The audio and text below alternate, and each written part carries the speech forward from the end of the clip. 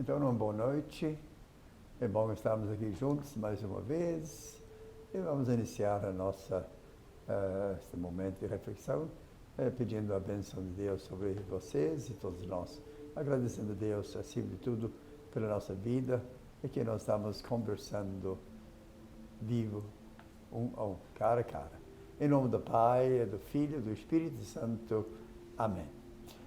Gostaria de ler o Evangelho de hoje, porque agora Jesus está na sua vida pública e ele está formando esse grupinho pequeno, os 12 apóstolos. E hoje ele está mandando eles fazer o estágio.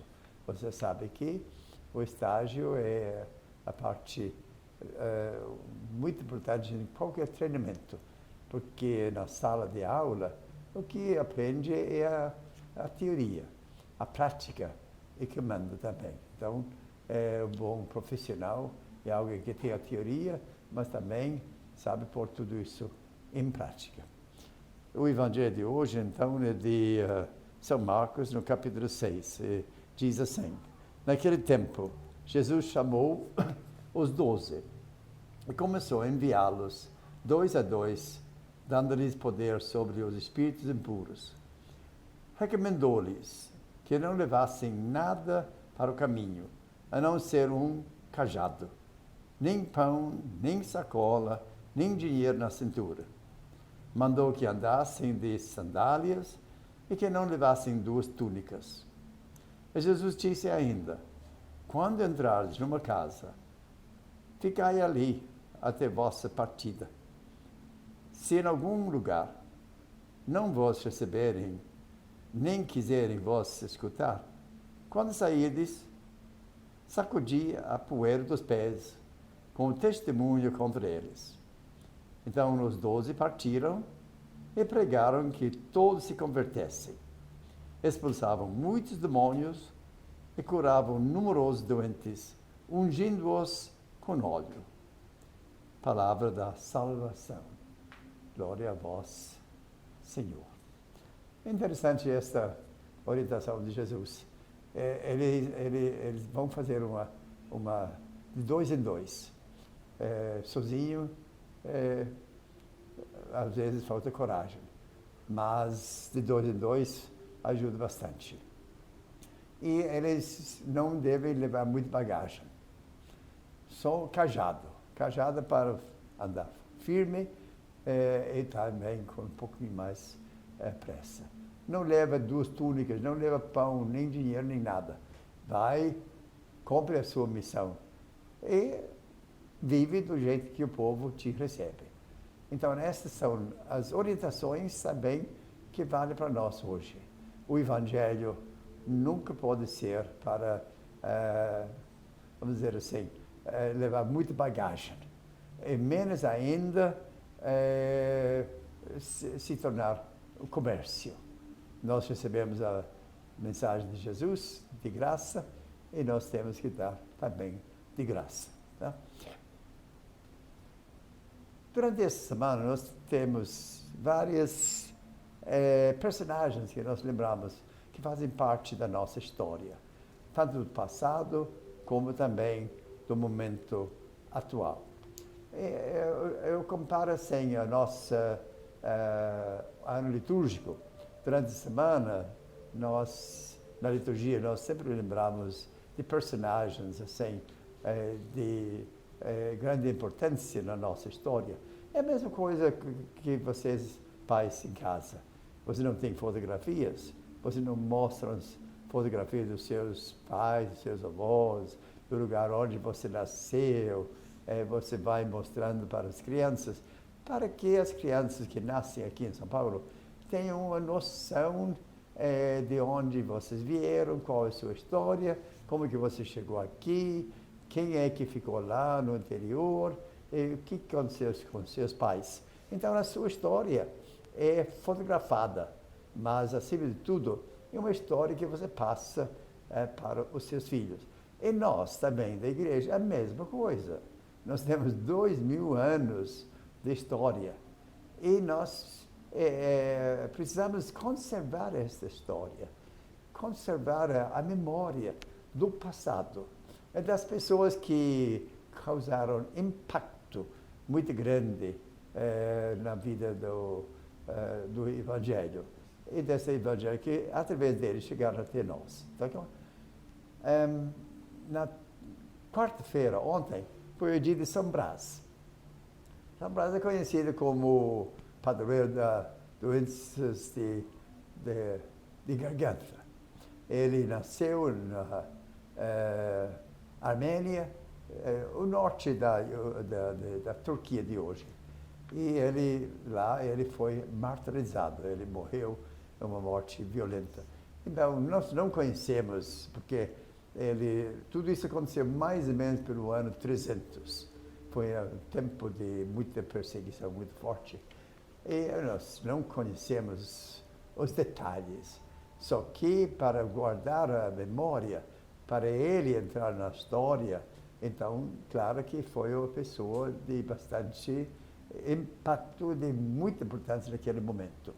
Agora, como surgiu a bênção da garganta, a gente não sabe, tem certas lendas, coisas assim, que ele curou uma criança que estava engasgada, sabe, comeu peixe, aquela espinha, sabe, travou na garganta.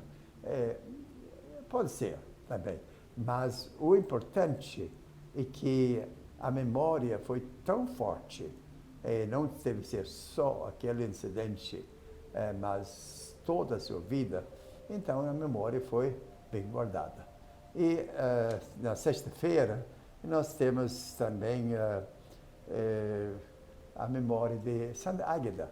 Águeda é uma mocinha, sabe, que morreu mais ou menos lá para os anos 200, também na época de grande perseguição. Seria mais ou menos no mesmo tempo de Santa Luzia também. Entrou na história, deu a sua vida, e nós lembramos dela com também muito carinho, mesmo que a gente não conhece bem a história, os detalhes. Mas isso não interessa.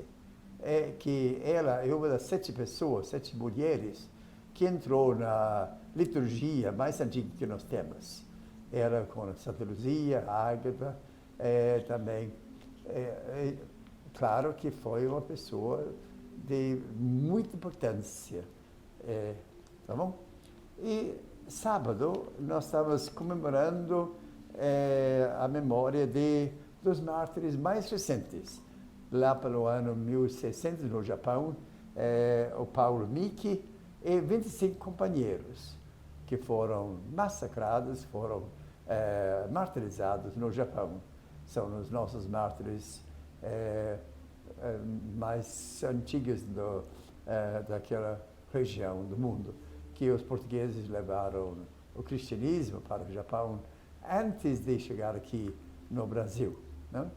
É mais antiga ainda, principalmente as cidades de Hiroshima e Nagasaki. Eram 2 cidades bem católicas mesmo, com uma influência muito grande dos portugueses. Então, estes mártires, Miki, Paulo Miki e também 25 companheiros foram também martirizados. E para não dizer, sabe, essas são as pessoas que deram continuidade a esse trabalho que começou com os 12 apóstolos, com Jesus e depois os 12 apóstolos, e chegando ao nosso tempo. E o nosso tempo, como que fica? Bom, hoje mesmo estava lendo aqui no jornal do Folha de São Paulo uma reportagem. Esta aqui é a fotografia de Padre Júlio Lancelotti, o responsável pela pastoral dos moradores de rua. E a fotografia diz assim: o Padre Júlio Lancelotti sob o viaduto Dom Luciano Mendes de Almeida, na zona leste de São Paulo. E a reportagem diz assim: Padre Júlio Lancelotti quebra a marretadas pedras sobre viaduto. O Padre Júlio Lancelotti esteve na manhã desta terça-feira em viaduto da zona leste de São Paulo, para derrubar pedras que foram colocadas pela prefeitura com medida para evitar moradores de rua. Derrubando as pedras embaixo do viaduto amarretadas, escreveu o padre em publicação no Twitter. Eu peguei uma marreta, lá do próprio pessoal, que está tirando as pedras. Eram 2 marretas, sendo que uma está quebrada. É duro, eu sou velho, mas eu acho que consegui tirar umas 4. Então, isso me lembra um pouco do vizinho, sabe, que faz a limpeza de casa, varre a rua e deixa sujeira na frente da casa do vizinho. Acontece. Agora, a prefeitura faz o quê? Com milhares de pessoas morando nas ruas, aqui no nosso próprio bairro, está cheio, por todo canto, vivendo na rua, sem casa, sem proteção nenhuma. Eles vivem onde? Embaixo dos viadutos. E agora a prefeitura, em vez de resolver este problema, vai colocar pedras para que eles não entrem aí. As pedras já foram tiradas. Tudo foi desfeito. Mas estou colocando isso, sabe, também. Ainda bem que nós temos o padre Júlio Lancelotti, que hoje ele dá testemunho do que é ser cristão hoje. Tá? De proteger os mais fracos, moradores de rua. Todos nós devemos estar envolvidos nisso. Nós, os mais velhos, talvez não temos mais, não temos mais condições para sair e seguir o exemplo dele. Mas as pessoas mais novas têm que criar consciência social, que pregar o Evangelho não é simplesmente usar palavras bonitas, de papagaio, repetir palavras do Evangelho, falar de Jesus, sabe assim, Jesus que nos salva e tudo mais. São palavras, mas não sejam falantes da palavra, sejam cumpridores da palavra, as palavras do próprio Jesus. Nos fala assim, nós precisamos pôr o Evangelho em prática. É para a gente pensar. Glória ao Pai, ao Filho e ao Espírito Santo, como era no princípio, agora sempre. Amém. Boa noite, fique com Deus. Tenha muito cuidado, porque esta pandemônio da sol está ainda muito forte. Fique com Deus. Em nome do Pai, do Filho e do Espírito Santo. Amém.